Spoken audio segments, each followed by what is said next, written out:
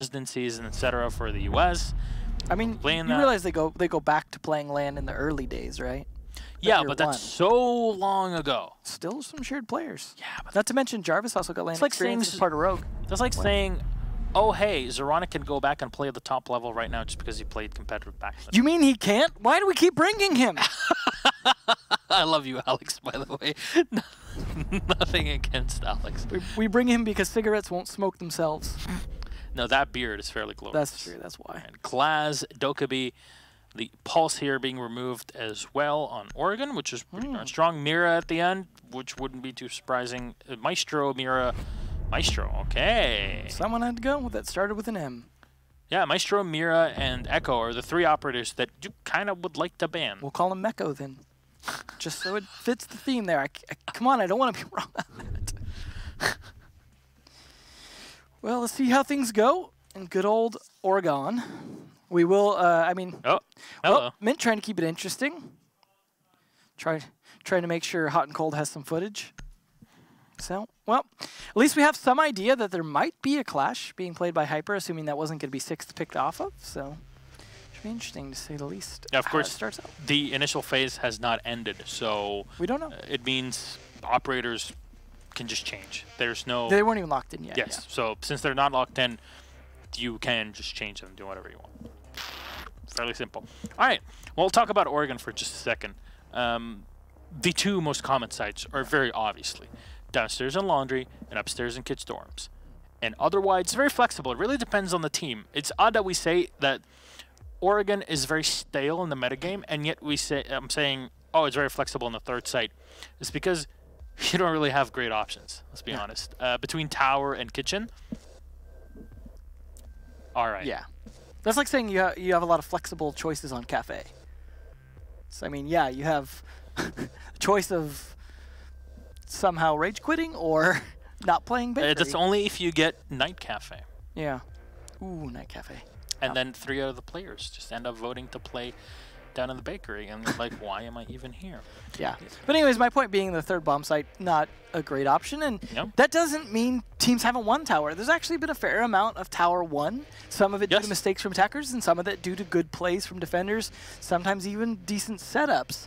But there hasn't been one setup that's like, this is the meta for tower. There are certain components that are fairly standard, but not this is how you defend tower, this is how you win.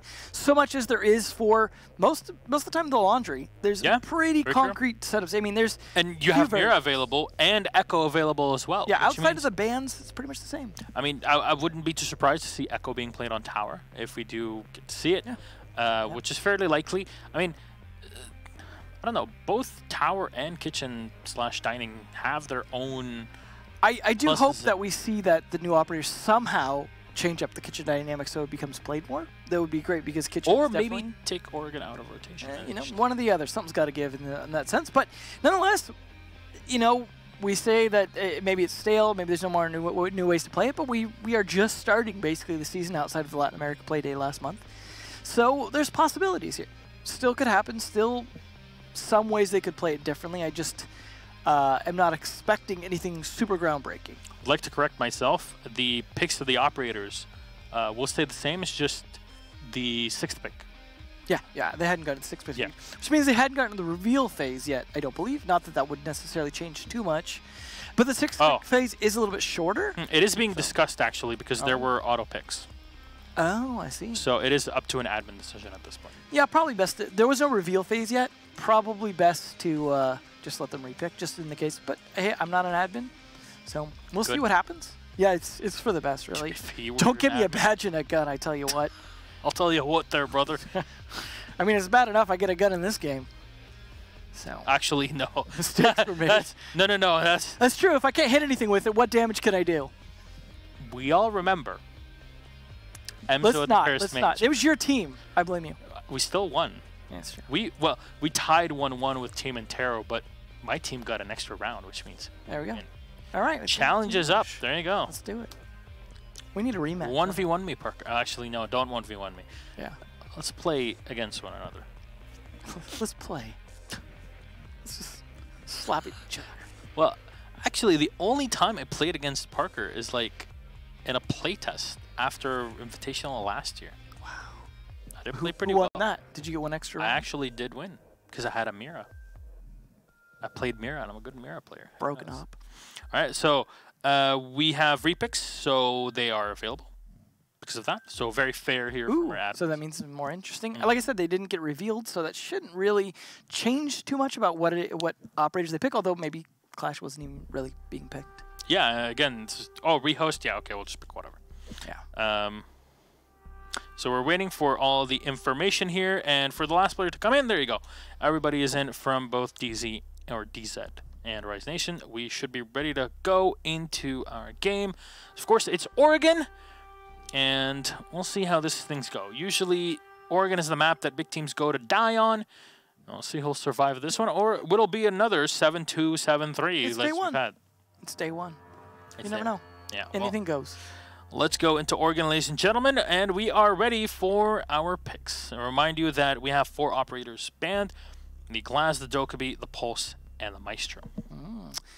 Well, we'll see. Obviously, the bans aren't going to change, but the picks might have changed up a little bit, and they still can go for the 6th pick here. It is the reveal phase finished, so we'll see what they go with. And it is Shield. One shield goes, a new one comes in, and it is going to be the Elite. The Elite Blitz. Look at him. What a beautiful man. I mean, it's Mint, though. Mint, he's been playing Blitz for... Well, I didn't want to go there. I don't want to think I fancy him too much. Punstock. Yeah. But he definitely plays a lot of Blitz, or has in the past, so it's not a huge surprise to you.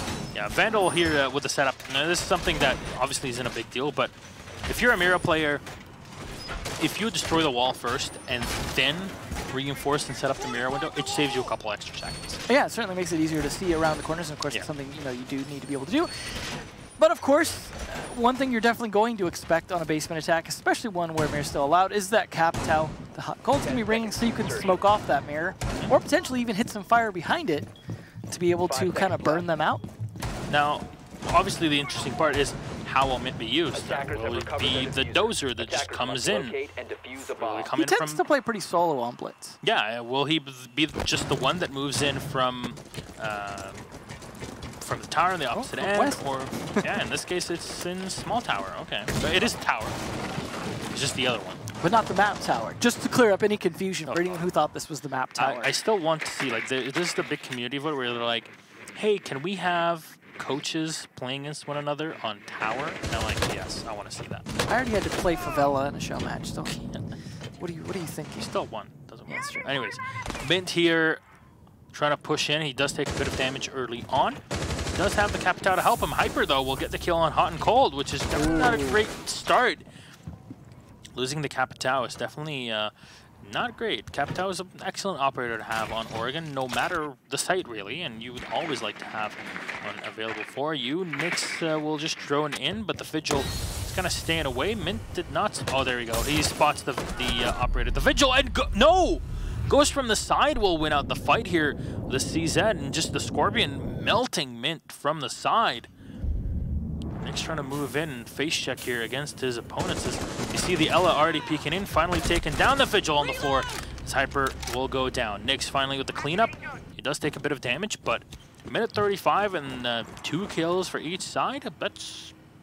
Honestly, at this point, the defenders have somewhat won this. Yes, 100%. I mean, not having the Capitao definitely slows you down, and the Ashe being low on health, you also don't have Mint, which means no smokes as well that you can smoke out those mirror windows. Hey, but you have the utility to open the hatch. It's something.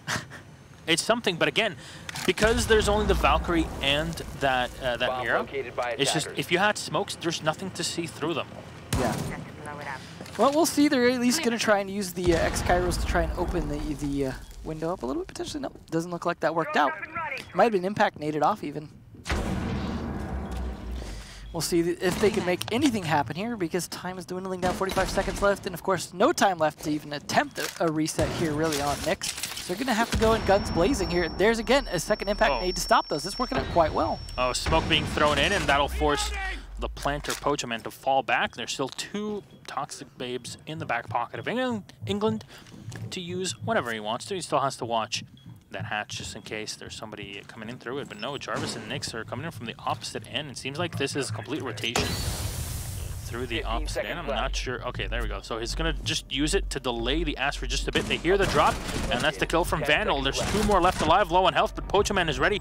Comes in with a bearing 9. England will get 1, and Beastly with a C4 will connect on Pojo Man. And there we go. Rise Nation will take round number 1. I mean, I hate to say this, but I mean, the Capitao dying early was already a big, like, oops. Huge. But then Mint losing his fight, because he could have changed things up quite a bit. He could have been able to open up enough of a man advantage to make that playable without the extra utility. But it just, I mean, losing the fight up there, yeah, Nyx eventually traded it, but it's the fact that Mint was dead, not necessarily that he didn't get the kills. It just, I don't know, that was a terrible position to be in. They tried to make the best play of it, but lack of time in the end just didn't work out. I like the impact nade place to be able to stop the X-Caros from being able to do anything by just using the little sink in the middle there pretty much as a way to stop it. Mint's going to try again, but Beastly is bringing out his own adaptation, although I suppose either operator would work to potentially slow Mint down. But we'll see. Maybe some of these Capcan traps will do some work in slowing Mint down even further than a Goo Mine would, because a Goo Mine, yeah, will do a little bit of damage, but it's more so to literally slow him down, whereas Capcan's traps might be enough to knock him down to the ground. So we'll see. They are going to have at least some mute jammers to help that. They are still going to be, well, they're switched up to the top floor bomb site now. So they're going to be able to play a bit more on site up here. Can't imagine they're going to have too many people on Roam, but they definitely might have perhaps Hyper on Roam, maybe with Vandal. 10 seconds. I mean, this is the thing with Capcan is, you know, there's EDDs, which are pretty good. They at least will force your opponents to slow them. You can slow them down, but you have the PMM, you have the 9x19, which is pretty easy to control and does a decent chunk of damage still. But you also have C4. Yeah. No, they definitely, when they changed him up to a 2-speed operator, changed around his traps, like, he definitely became a much better operator and stronger one, but it's definitely one that definitely counts on the element of surprise. Yeah, he's very much a situational pick, and in my opinion, it's okay to have operators that are more situational. In my opinion, the 6th pick was the biggest buff he could have gotten. Actually, that is very true. Same with Frost. I mean, it was down to the reveal phase being added as well. But this is true, that did kind of counterbalance it. But I mean, making them think you had something different, I think, is an essential component of that. Because they, you know, might make their picks based off of what they see from you, and so on and so forth. There you go. At least the EDDs have been spotted. The Jaeger Vandal here is still playing inside of the armory, so the Blitz try to come in. I'm going to try and destroy the EDD that is set here on the doorway from the master bedroom. Go setting up a mute jammer downstairs and just to play inside of the bathroom, and spraying right to the side. Mint solo on health, hot and cold as well on half HP now. Vandal can jump out whenever he wants here, but he has no information on the players below, so you know, running against that, and there you go. He'll get the kill on the Blitz, but Pojo Man is ready to... No, the Blitz is still alive. That is not great. Should be able to pick Mint right back up here on half health. To be fair, a Blitz with half health is nowhere near as useful as a Blitz with full health. Very true, just because, you know, sometimes because of the hitbox, you get shot in the hand, and, you know, you end up getting a bit of chip damage here and there. Even impact nades can be much more of a threat now. We'll see, though. He does see the Capcan trap, which is, again, something that would really hurt a half health Blitz. Kill him. Yeah.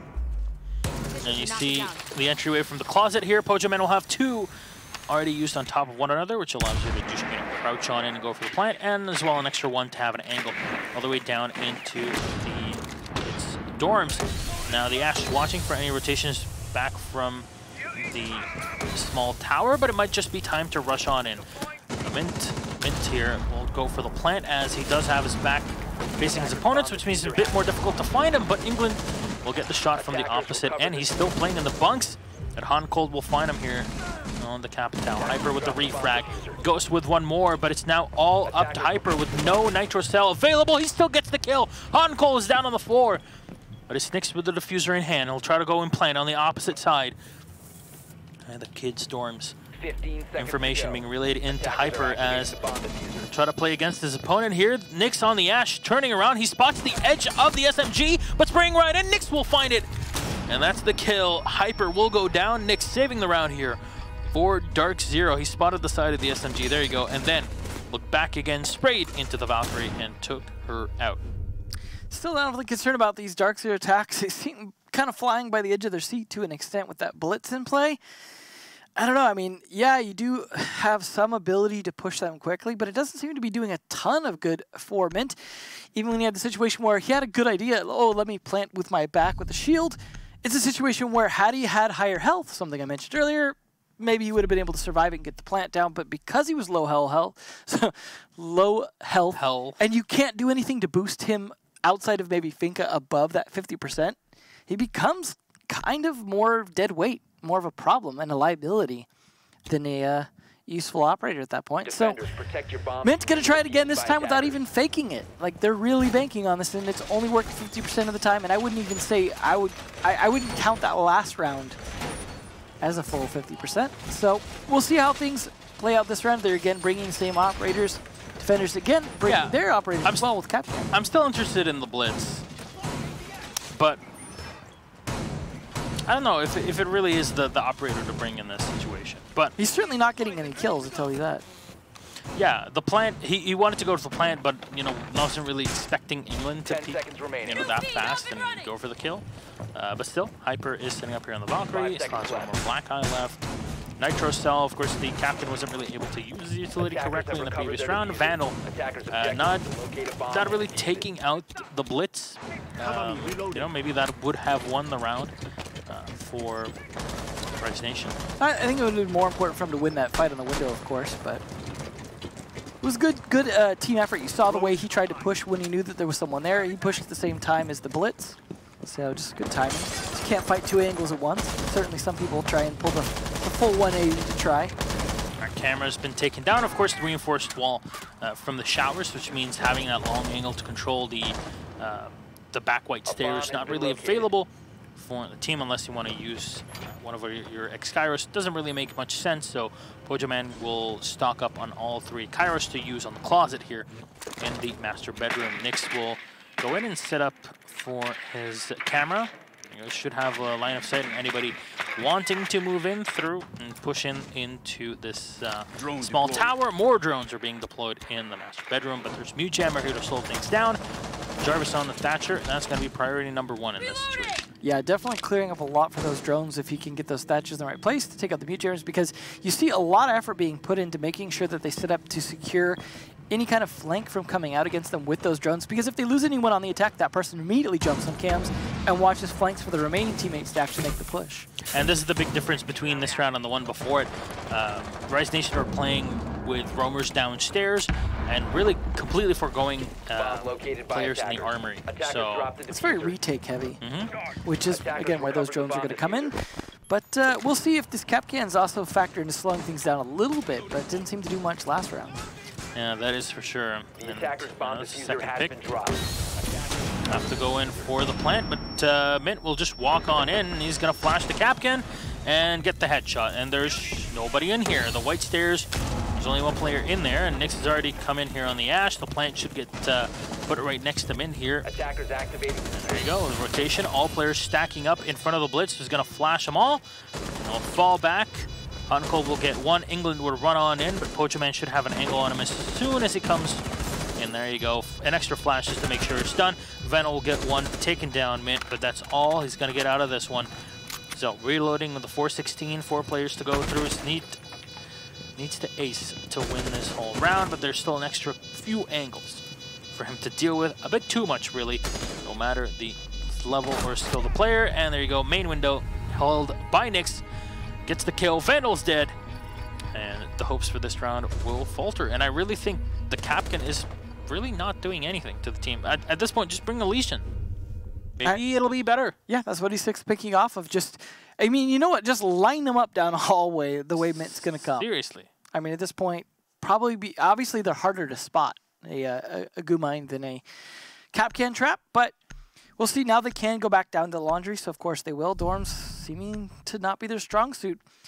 The Blitz a bit more effective that round as well, is because, well, there was less people to defend against him, so he pretty much took advantage of. He may have only gotten one kill, but it was the fact that he could rush in and control the room very quickly. Because Kid's bedroom can be difficult to attack because of the specific angle when you're coming from the armory side. It's tricky to get in that doorway, and certainly you wouldn't have been able to hit Capcan from any kind of angle coming from that approach.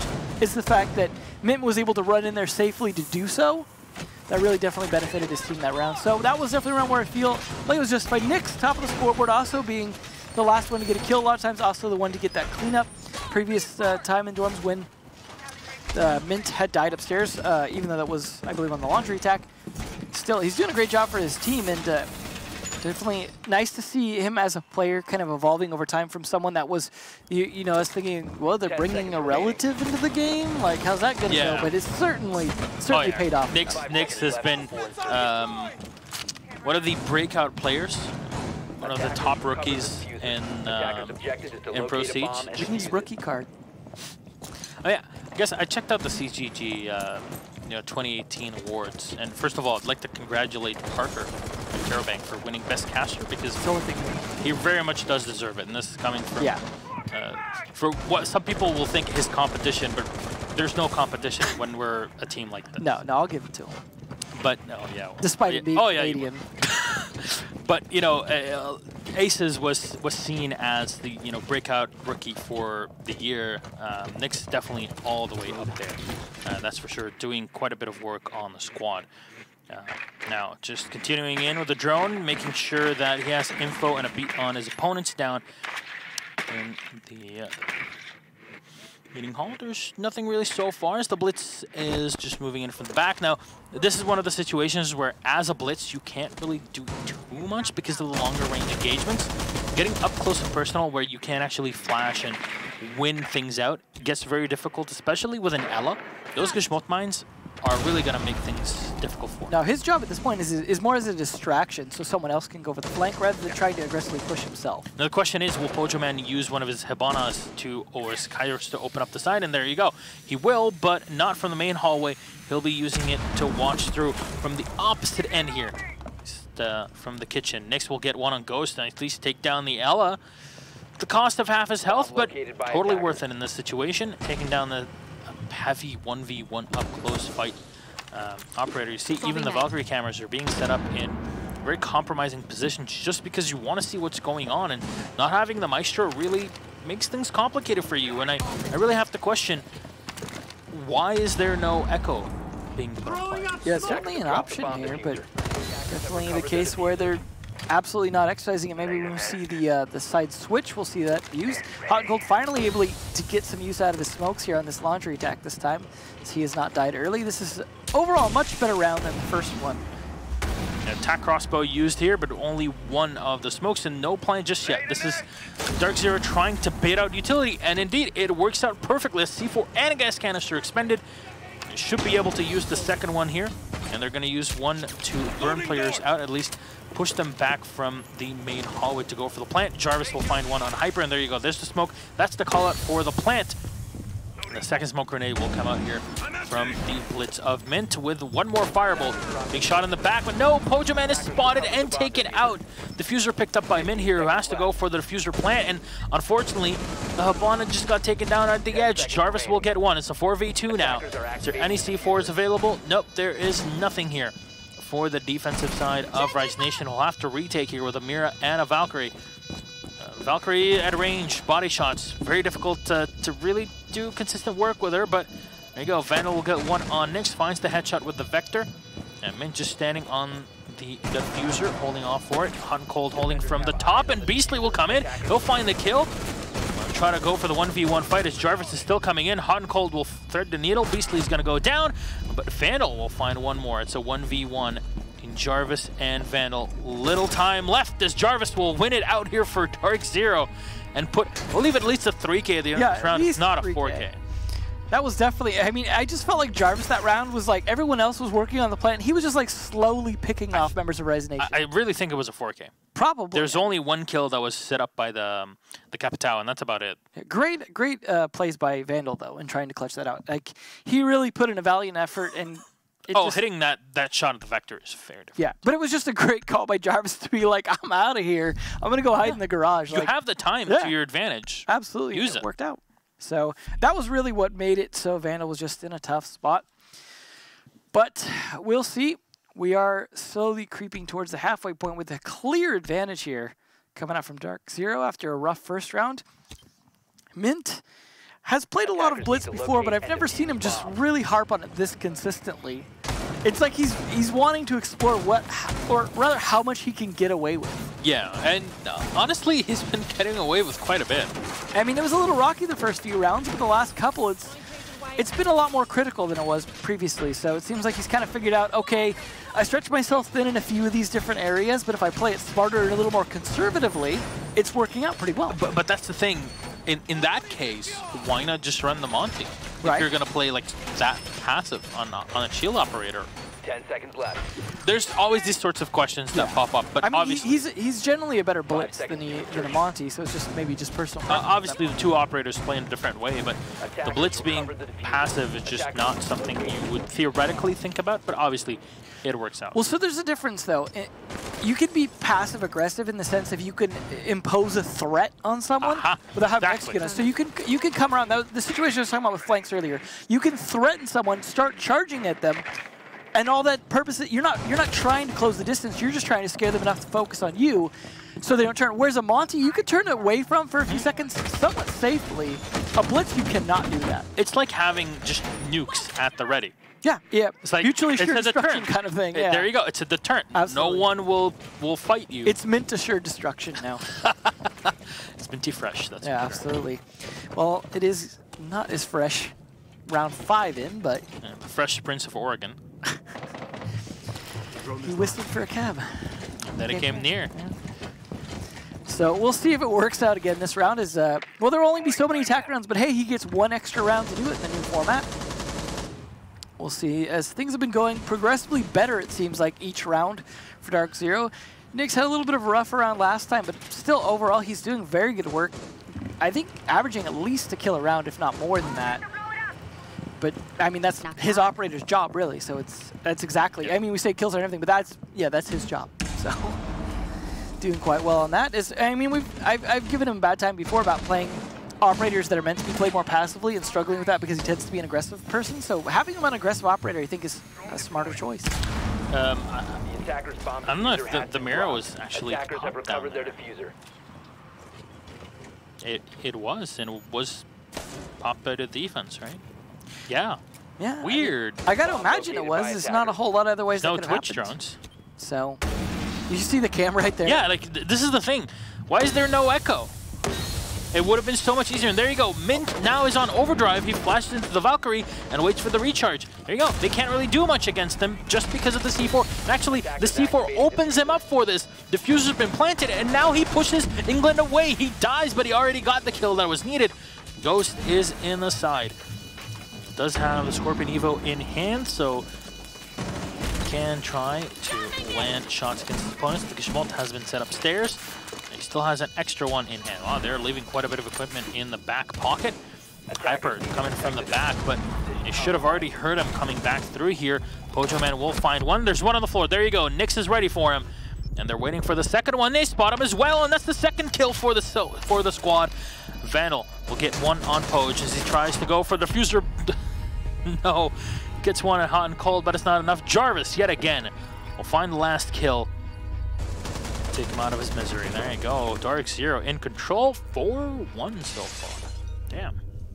Well, so far, 3 out of the 4 matches started off with a rough start for the winning team, and then they managed to come back. The only one that was the exception, I would say, is Rogue, who started off strong in their first round, but it seems like there's this kind of this first round warm-up for a lot of these teams, and that's something that I would say goes back to even the olden days where a lot of teams that were the stronger team would lose the first round or two, feel things out, and then adapt quickly, and really that's what makes them the stronger team at the end of the day, is that adaptation. It seems to be working out quite well.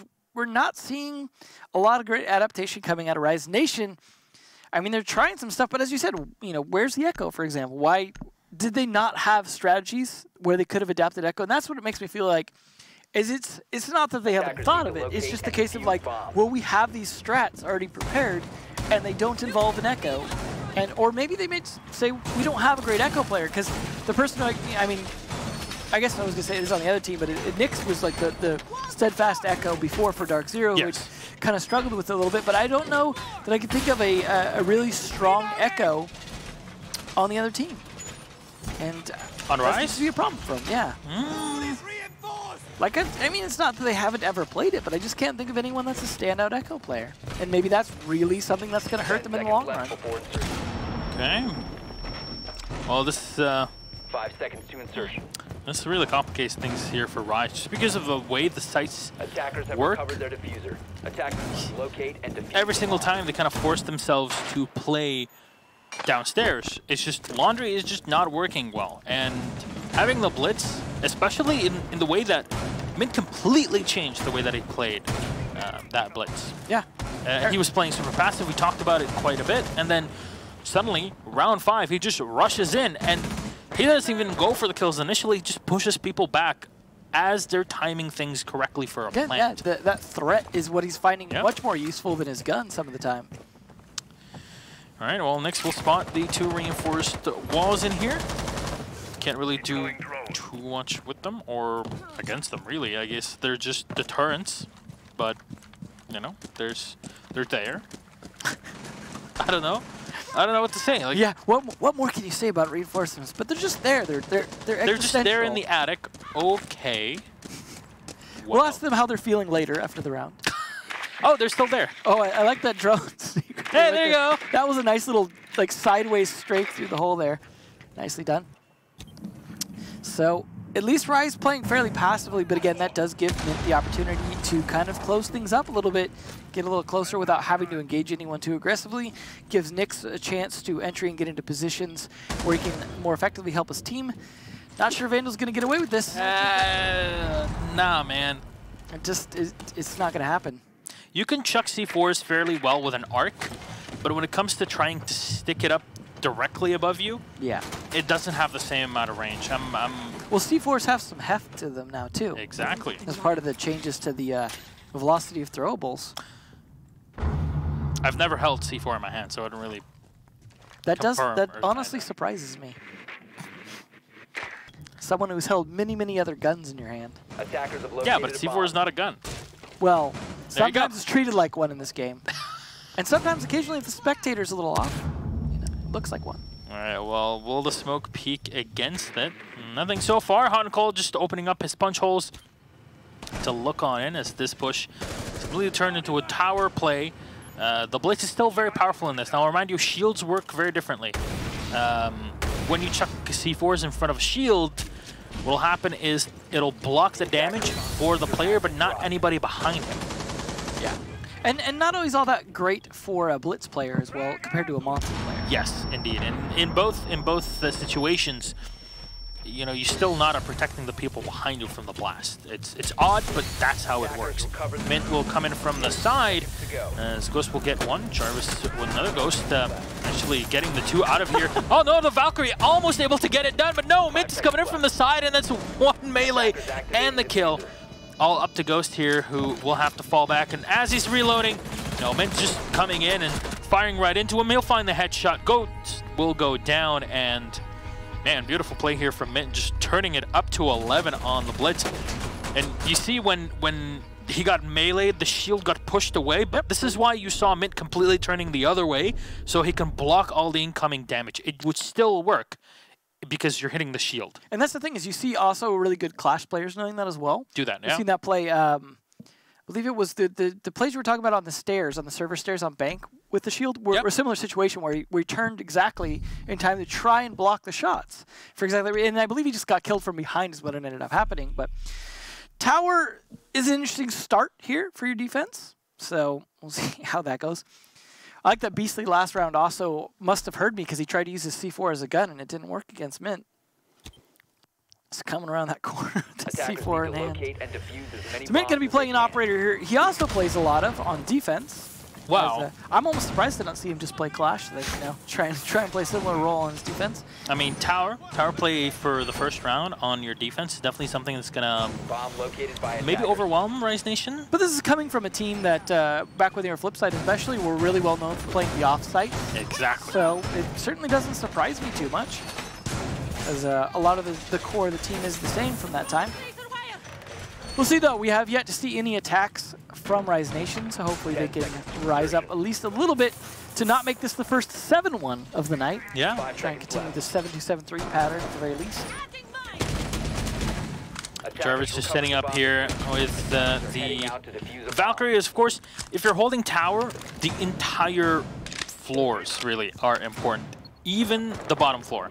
Which means if you can shut down anybody moving in from basement, you end up really getting a free kill and a lot of work done for your team on the defense. If you think about it, tower is essentially a bomb site that's nothing but a stairwell. 100%. I mean, that's the best description. It is a tower. Yeah. So it's certainly the case. You want to control every floor that's connected to that stair. Yeah, and I say that just because a lot of teams just kind of neglect the basement. Yeah. Oh, there you go. Easy kill there for Hyper, who neglect. Unfortunately, there's nothing really to deal with him. Well, Jarvis, at least, hopefully he left all 3 cameras behind. Sticking you. I mean deployed. Let me be clear on that. I don't mean on his corpse. All right, well, Gizmot is going to get used, and there you go. Valkyrie cam will get taken down. So he was watching the Valkyrie camera, but not really checking the opposite end. Hyper will get Gizmoted through the stairwell, but nobody really will peek him just yet, as Pojaman is taking just a bit of damage on the wall. Or soft wall right next to him. I got to imagine they weren't expecting to have to attack this bomb site, but you definitely plan attacks for it. Well, Nick's at least now watching the staircase. They know there's players outside that are waiting in to converge, but Hyper's still below, and this is why you need control of all floors, just because one player in, it really can cause problems for you, for the defense. And their peak, Hyper gets the other one. He's still on 55 HP, a lot to work with still. As both the Valkyrie and the Jaeger are down, you also lost a C4, and it's now all up to Hot and Cold, who's not running a C4 in this situation. Of course, on the Bandit, and already expended his utility, and Pojaman, I'm not sure if he still has any smokes left. Still has one and an impact grenade, but not sure how much that will help him. The push will come in from Ghost, as utility's already been used in by the Capitao. Hyper will get one more on to Mint. The shotgun from Pojaman, long range, but will still find the kill on England. 2 versus 4, and 38 seconds on the clock. Potentially winnable here for DarkZero. Attackers recovered the diffuser. Well, if this ends up being the only round they lose on Hot and Cold will thread it, and that's one, but Hyper yet again. The 4K from Hyper in the round. Can he make it an ace? Pojaman moving in here with the shotgun. Diffuser plant is happening. The shotgun will connect on Hyper, but he's still alive somehow. And Vandal will land the last one. Pojaman going down. Rise Nation really rising to the occasion here of the attack on tower. Not something you really would expect as the first round, but it's definitely well played by the squad. There you go. 5-2. We're 2 rounds away still. A victory from DarkZero, so it's not over just yet. Well, expect it or not, it's definitely still going to be a difficult bomb site to handle. And Hyper's push in and taking down of Jarvis early, I think made a big difference in that. Because like you said, the inability to control that bottom floor, well, that was obviously going to be Jarvis's job. He was setting up cameras to be able to help with that. Yeah. Getting caught midway through, checking the setup of your cameras is definitely not the situation you want or expect. Just didn't expect them to be in there that fast, that soon. Attackers need to locate so and defuse definitely down to timing. And it's unfortunate because you got to imagine if that was going to be the first bomb site they tried, they had some strategy for it. They'd obviously practiced a fair amount. And the timing just wasn't down well enough, or the timing didn't include any kind of, oh, well, we should accommodate for people pushing quickly. So I can imagine if they go back to tower again, probably won't see the same scenario. Yep. And this is why they don't go back to it again. They're like, all right, they figured it out. Let's just go to a standard site. I mean, obviously here, if DarkZero win the basement, then they get to play upstairs. Yeah, here's the thing to think is there's no way they have to play tower. Because they'd have to win 2 rounds, the other 2 bomb sites, before they had to play tower. At that point, they've already won the game. They've won the match. So they literally do not have to play tower now, no matter what. Because there's no OT. Initiate. Yeah, but aren't there rules where you'd have to win the other 2 bomb sites? You don't have to win them, you just have to play 2 other sites. So that's what I'm saying, though, is they would have to win the 2 good bomb sites in a row in order to be forced to play tower. Yeah, very true. So they literally do not have to. It's over. They don't have to play it. They didn't have to that time. All that forward. They didn't have to play it that time either, just to clarify. But either way, it's a good position to be in if you're DarkZero. Got a new org looking to make a name for yourself. Yeah, very true. It is a big investment here to have the squad in, so we'll get to see if this whole team house thing is working out just fine. And so far, so good. Hyper spotting things out downstairs. As Rise Nation are setting up, of course, they won't be running, you know, the blitz that we saw. There you go. Mute Jammer will get taken down, and can't mute juggle, so Hot and Cold will have to fall back, and the wall will get opened up. Just wasting time, wasting utility. 2 X-Gyros left, so you'll see both of them being used on here. 1 on the wall and 1 on the hatch. Well, at least 1 on the hatch right now. Yeah, we'll see. They might want to scope things out a little bit more before dedicating people inside. Double Mira. Double Mira, fully reinforced closet. What? Old style. Well, like kicks. What is that style? You open up the left side, and then you are defended from the hatch on the right side, and you can still try and be able to do things to stop them from planting. It's certainly something that has worked very well in the past, and there you go. It's mostly, I almost feel like it's dropped out just because you want to be able to use it on the backside more often, but if you save it for later, you can get away with it. Vandal didn't use his EMP, which meant the Mute Jammer held the X-Gyros for long enough the Bandit could come in and destroy them, and now there's nothing really to do with that. Yeah. Doesn't have any X-Gyros left, so it's definitely going to have to be fought a little bit a different way. Thankfully, they still have Capitao to help with this, and he's already burned out Pojo Man, half of his health gone because of that. But it's mistimed right now. England will have to go in, but the barbed wire will slow him just enough. Pojo Man's still alive in the back, but England will take so much damage even moving through the barbed wire to get back to the staircase. So very good trade here from DarkZero. Pojo still alive, the Mira window still healthy, and Rise Nation will have to adapt to this because there's still players in the back that could ramp it up and get behind them. ASAP, yeah. Hot and Cold holding on as well. Oh, looks like they're going to try and go to the back of the stage, but if Hot and Cold starts to get some kills here, they won't have any time. Exactly, there's not much left on here, and he'll find the headshot through the stage wall. Beastly will go down, and he'll find another one. Jarvis with one more, and the IQ somehow will win it out. Hyper, low on health, he'll get dropped by Jarvis, and last in is Vandal. Find one on Jarvis, 3v1 though, and shooting at the body. Nix will finish him off, and round number 8 will go the way of DarkZero. Well, at least it didn't go down to a 7-1, but it's looking pretty close to that whole 7-2, 7-3 situation. As again, they don't have to go tower. And if that's the only bomb site they're going to lose, then, well, that's not great for Rise Nation. As of course they're going to, well, okay, I was going to say go dorms, but... What do you know? I forgot which team this was. You know, they changed names. It's not my fault. My goodness, you guys don't have to go tower. But again, this is the kind of team that does this. Surprise. They are certainly, they surprised the previous time, and I think this is likely to be a surprise again.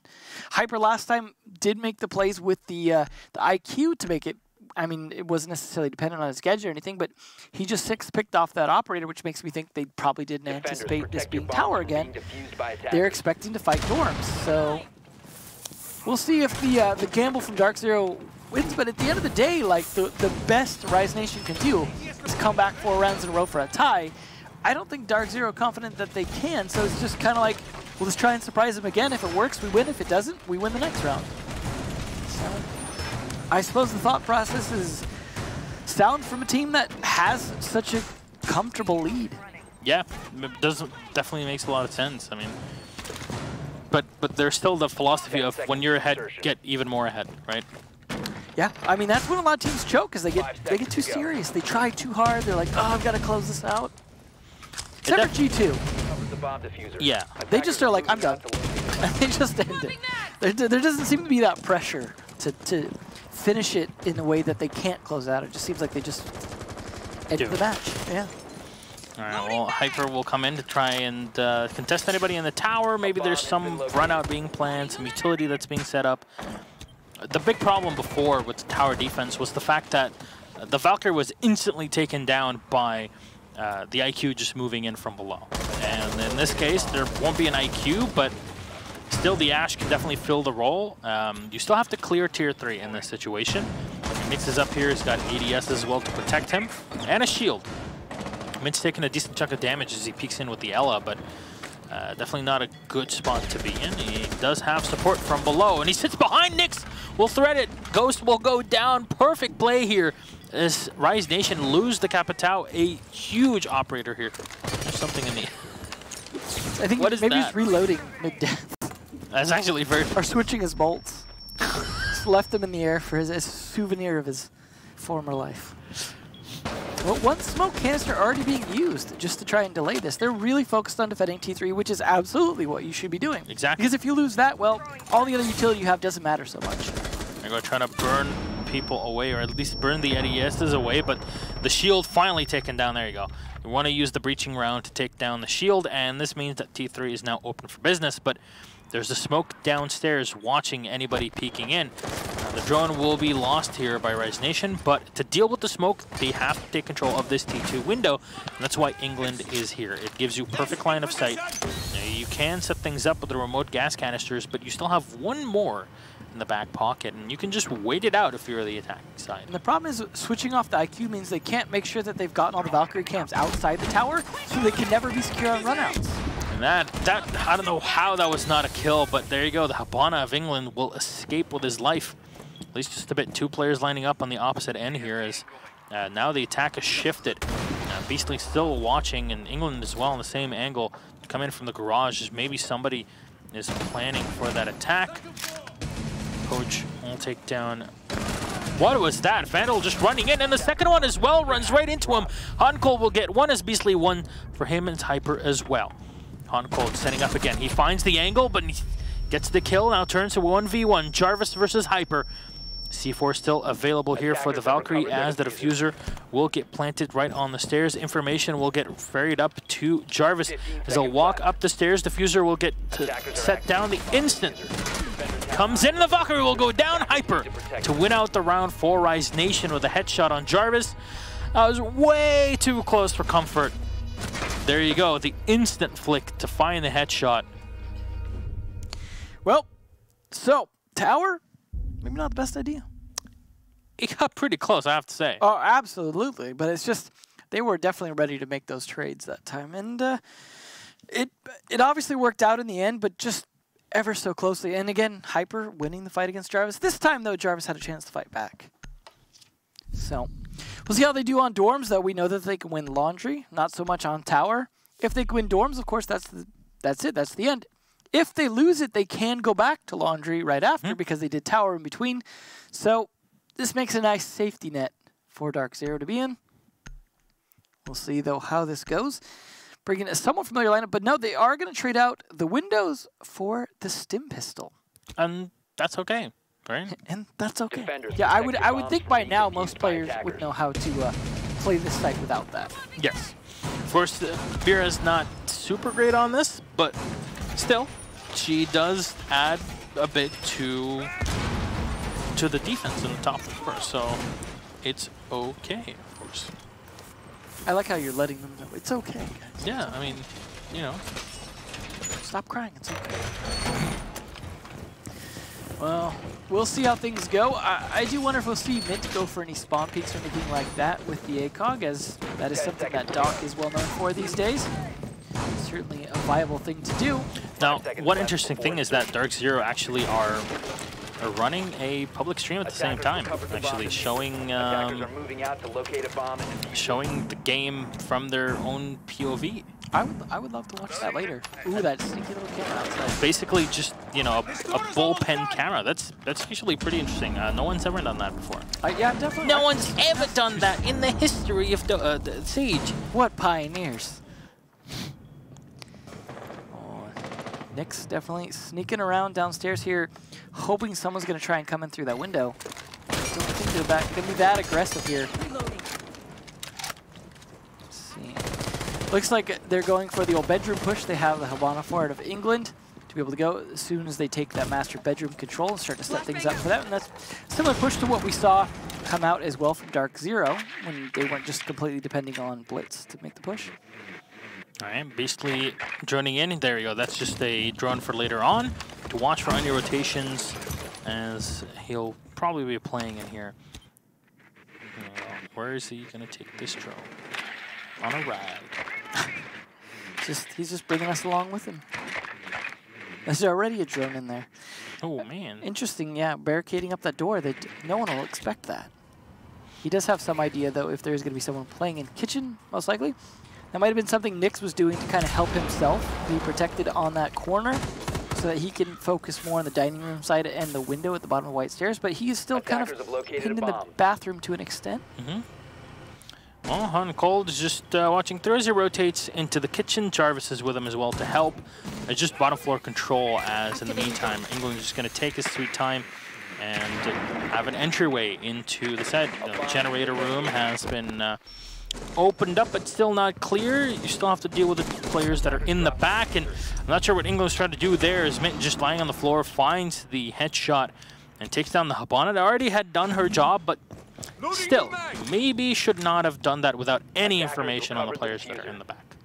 Well, they're going to have to play this a little more aggressively to win. They did at least get the utility out of the Habana before England died, but 45 seconds left to actually make this push happen. If they haven't gotten any kills, well, as I say that, there goes Mint, but is that enough? Basically, we're just finding a kill here on Mint through the window, and I'm not sure if he still has a drone in the tower to watch his opponents. Now Vandal has come in and watch rotations from the white stair. What is that? Hyper just runs right on it. He'll get two, one with a knife. Han Cold with one on Ghost, but quickly dispatched by the Ash. 2 versus 3. See the Thatcher here trying to play against the Valkyrie. Nobody to deal with the diffuser plant from below, and no, the whole setup is just going to fall apart. Hyper with one more. He just runs through the smoke and gets it done to 3K. For the Ash, C4 thrown up, but there's no one ringing on the other side. Walking through the barbed wire, Jarvis taking even more damage, and Hyper peeking again, and there we go. That is a ton of work being done by the Ash, the spearhead, the tip of the Saltier from Rise Nation, as they'll put around on the board, which breaks the cycle for tonight. Unfortunately, they made the same mistake that Rise Nation did previously, which is putting too many people downstairs. They just depended on being able to rotate back up, and well, when it push came to shove and they needed to be back upstairs, they couldn't be. So, you know, just a case of misappropriation of people when you needed to rotate them back up a little bit earlier, but I don't think they expected Hyper to just come in guns blazing like that, much the same way Rise Nation didn't expect Mint to come in guns blazing on the Blitz. So it's just a case of you see that opportunity and you take it, and you gotta expect that to happen. That if someone drones you out, they see that you're not upstairs, they're gonna come in and they're gonna take it. They're not gonna feel like, oh, we've got to clear the entire bottom floor first. It's like, no, there's only 2 ways you can rotate up here. All we have to do is make sure you don't do that. I mean, yeah, we've got to worry about a C4, but that's only in the point that we have to plant. And we don't have to plant in a spot you're going to predict it. Hyper, though, doing a lot of work. He's got double what Vandal's got there. 16 kills. Definitely more than anyone else on DarkZero, although to be fair, DarkZero overall total probably has a bit more. Still, Hyper definitely living up to his name here. Someone that I feel like he maybe struggled a little bit at first when he joined this team, but he has definitely come a long way since then. Definitely giving Nyx a run for his money on these attack rounds. That's for sure. All right, we'll see how DarkZero adapt to this one as they are back on the bottom floor. This should be a victory here for the squad as attackers are moving out to locate a bomb and defuse it. Close things out downstairs fairly easily. Not but 2 rounds ago, so. I gotta imagine if they end up in a tie situation. Oh man. After this, like they're gonna be kicking themselves for playing tower twice. 100%. We'll see, though. Definitely far from over, and of course this is the bomb site that they've won. Well, the only bomb site, really, that they've won on defense is they lost tower twice and dorms once now, so not been great. That's not a lot of data to work with, but it would be good to kill Hyper early on. I could say that much, based off the data so far. All right. Just watching on the outside. They want to clear the side of the tower, or at least have some sort of angle into the meeting hall, as of course it is a very important part of the attack. Just so, even if you just, not even just having control of it, just knowing that there's someone in there, knowing where to anticipate them and how to deal with them, it's already something pretty good for the squad. Now, hatch was already open in the meeting hall, so rotation has already happened. You'll see the players all sitting down on the bottom floor. In the meantime, Rise Nation are taking their time before they go in for this attack and just feeling things out. Like, okay, where do we go? Well, Nyx is going to use that time to take down Hyper, so now your entry, your spearhead that was doing so much for you in the previous round is just dead. Yeah, it seems appropriate that it would be Nyx to get the kill. Yep. And that's really going to slow things down for them here, because Hyper's been the one who's been able to get that control of the areas they need to get control control of to actually make a push happen. And you don't want to depend on Ghost for it if you really need those cap down cross bolts. But he's going to be the one pushing down, so they're really going to just straight up go for a tower side push if they're going to commit to this, because I mean, you open the hatch on the other side, but you don't want to send Caps out over here to try and face people if you want to play lobby. And this is going to kind of give away that they're not really too concerned about lobby.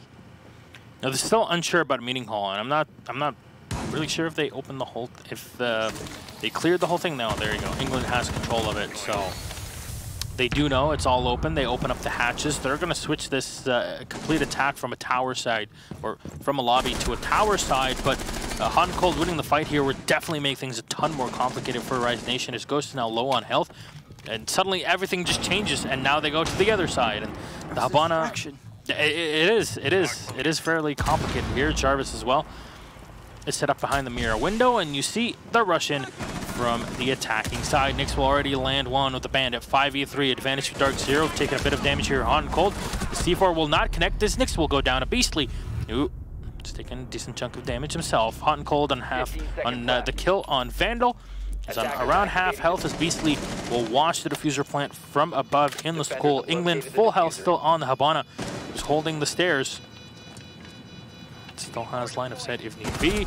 He'll go in for the fight. Pojo Man is ready for him, and Beastly's on the floor. That is all she wrote. DarkZero will take this 7-4.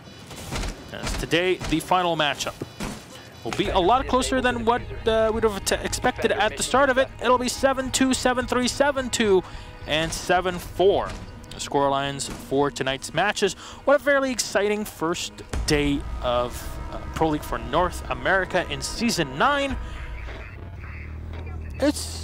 There's still Rise Nation, I have to say, they are still at the good level that they were previously. You know, a lot of people will be saying, oh hey, they had an org change, maybe that's going to be something that'll affect them negatively. And it seems like ditching Morxus was probably the best thing they've ever done. You just had to bring that up. Yeah, I feel like there was almost as many coach changes as there was roster changes. I mean, adding BC, of course, the DarkZero. There was some we didn't even mention, like Thomas getting picked up by Accelerate as well. So I mean, there was a lot of coach changes, which is good. Yeah. Coaches are good to have. It's just, I think that's being recognized now. Yes, it's taken a while, but teams have seen the effect, and yeah, it's pretty darn good. I mean, I'm excited to see more of those things. I mean, coaching position is very difficult. I saw even with Le Stream, they kind of dropped Sparkso as their analyst, and they're looking for a new analyst to fill that role. Capel is kind of just doing whatever he wants with the team. And so if you knew everything that was going to happen the entire time you were watching tonight, hit them up. Yeah, you might get a job out of it. It's a great thing, right? Well, we are waiting for potentially an interview here. We're still waiting on information. Yeah, there you go. We're just waiting on it. DarkZero are, of course, all together in the same team house, as we saw with Rogue. So maybe we'll just get the bullpen with the camera. We'll hear from everyone on the team plus 2 coaches. Actually, there probably is quite a few ways to set that up. Now, make it very interesting. Maybe not while they're also streaming on that same camera, though.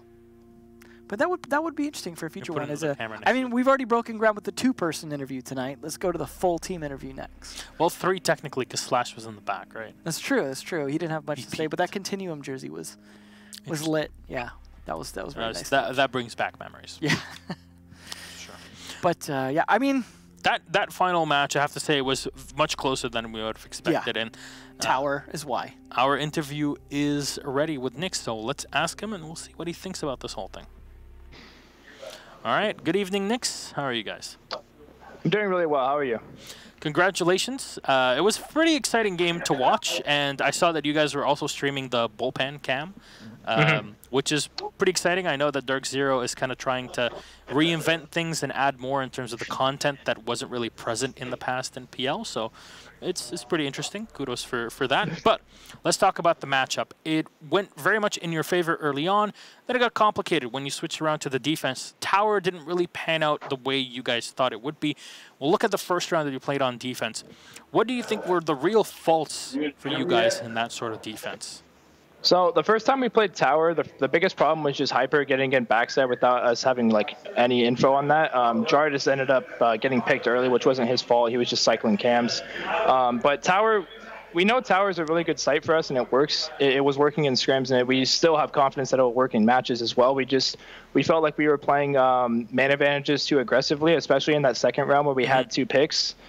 We just kind of gave too many, like we just kind of challenged angles we shouldn't have challenged. I should have stayed alive in T3, and it is stuff that we, like mistakes that we typically aren't prone to making. But you know, we'll go back in the VOD and make sure that we iron those out, so we'll be ready for the next match. All right. Well, Mint played the blitz quite considerably, literally every single round on the attacking side. It was interesting to see how the first 4 rounds he played a very passive blitz, as if. We were just mentioning as if you had some sort of nuclear deterrent. It's like, hey, I'm here. You want to push me? All right, we'll see how this goes. And then the last 2-3 rounds, he just completely reversed the play style where he was getting up in his opponent's faces. How do things function around the team and communications to allow him to play in such a flexible way on this operator? So the way it works is Mint is just, obviously Mint's our main IGL. So with Mint on that blitz, he could see a lot of the stuff that are going on. He could see the setups that Rise are, you know, making. He could see like he can make calls off the opening picks that we get and stuff like that. So depending on the Rise's setup and depending on like our opening picks and how, like, you know, where the round is at that point, he's going to play the blitz differently depending on each round. So every single time, you know, our IGL made a call. We just went with it. He wanted to play passive, which means like we wanted to get plant down and play for post plant, or we knew that we had to get aggressive and get picks because we were running out of time and we just didn't have the utility to get plant down. So basically, it's just all off of Mint's calls and whether or not he wants to get aggressive, or whether or not we just want to play for plants. Pretty darn interesting. Now, one final thing to close things out: double closet mirror on the basement. Break it down.